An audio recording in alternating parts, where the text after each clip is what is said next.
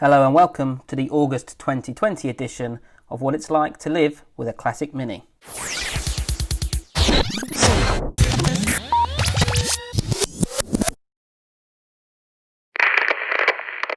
In this series, I will go through what I've done and what I've spent on trying to keep the Mini fit, healthy and running.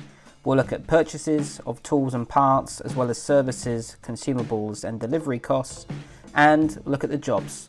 The cleaning I've done to the car, what installation I've done of parts, fixing things, and most likely breaking them. So let's get to it. I have standard arches on the car. However, those were largely broken in many places and did not have the rubber seal to the body, and as you can see, generally just looked tired and needed replacing.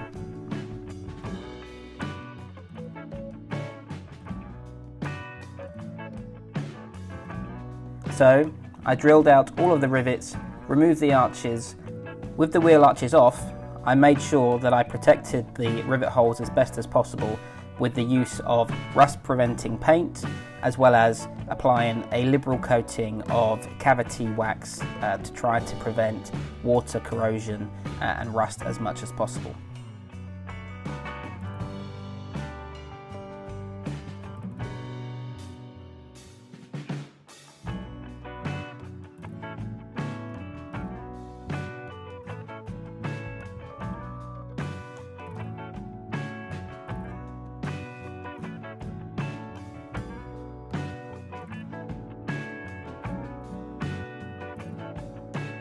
This job did take a few hours.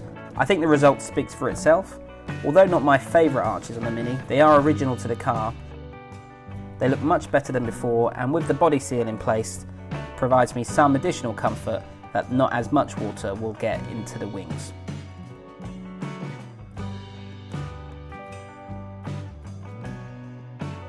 The next job I carried out was to replace the driver's door seal.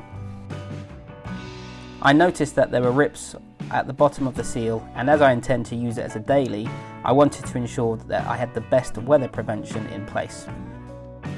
It was a simple job to remove, and it only revealed one small area of rust that you can see here.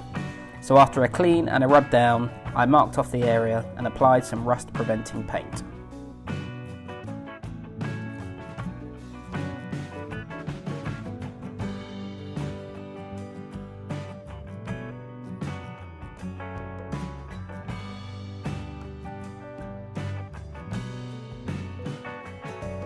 And after allowing some drying time, I came back and reinstalled the new driver's door seal, ensuring that the drain gaps in the seals aligned with the drain dips in the door jamb.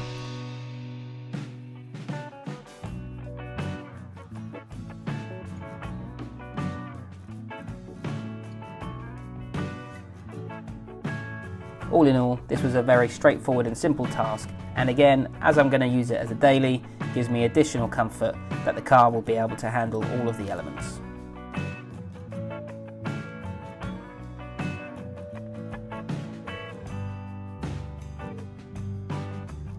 August was a busy month for the car. I replaced the self-tapping screws on the front grille for riv nuts, and this is a much better solution and a much stronger solution for holding the grille in place. I replaced some further rubber components that were starting to perish with new rubbers.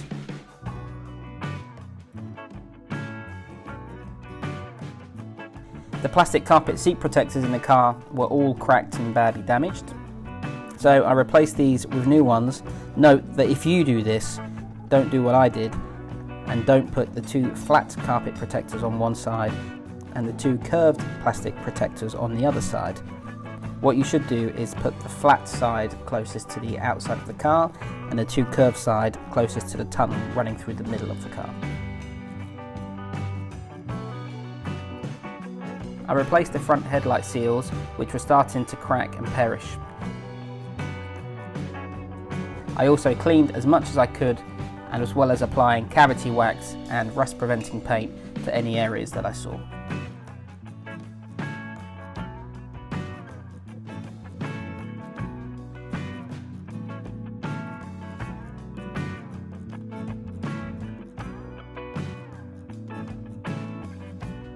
I also replaced the Japanese wing mirrors, which you see were pitted, and as you can also see, one fought me all the way. It was very annoying, and unfortunately I managed to put a very small dent on the passenger side's wing, as you can see here.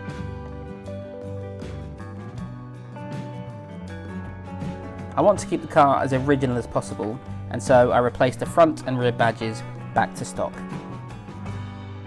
I also bought a tool engraver, essentially a very small Dremel type tool, and I marked various tool cases I had to make it easier for me to find things. I bought and fitted a battery cover and cleaned up the radiator cap. Now let's look at the numbers. In August 2020, I actually managed to have a negative spend of £41 or $67. This was because I sold the 6x10 wheels that I purchased, which didn't fit. I was much happier with the level of spend this month. It's starting to reduce, which is what I need. Looking at the cumulative spend analysis since I've purchased the car, I spent in total £2,891 or $4,683, and that mostly breaks down to the parts, where I spent £1,233 or $1,998.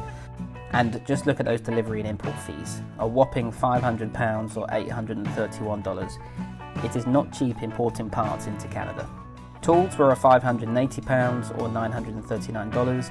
I see this as an investment, so I'm relatively comfortable with this spend. I'm also pleased that the services is only £177 or $286. I do want to do as much work on the car on my own, so I'm quite happy that this is a relatively low amount so far. Looking at the parts fitted analysis for August, you can see a very healthy negative number here for the parts because of course I sold the 6x10 wheels. And as you can see from earlier, I fitted the standard wheel arch kit and rubber seals, new badging, as well as battery box. I do have the passenger side door seal to fit as well. Looking at the cumulative parts analysis, you will see that the oxygen lambda sensor needs to be replaced, as well as the braided brake and clutch line kit.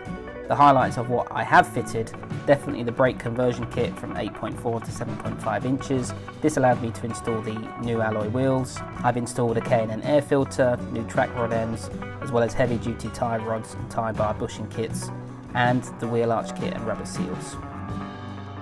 The August 2020 other analysis, you'll see that I drove 46.4 miles or 74.6 kilometers this month. I've only used half a tank of petrol so far, so I didn't need to fill up, so no fuel efficiency. And in terms of upcoming tasks I've got on the to-do list, I need to rebuild the rear brakes.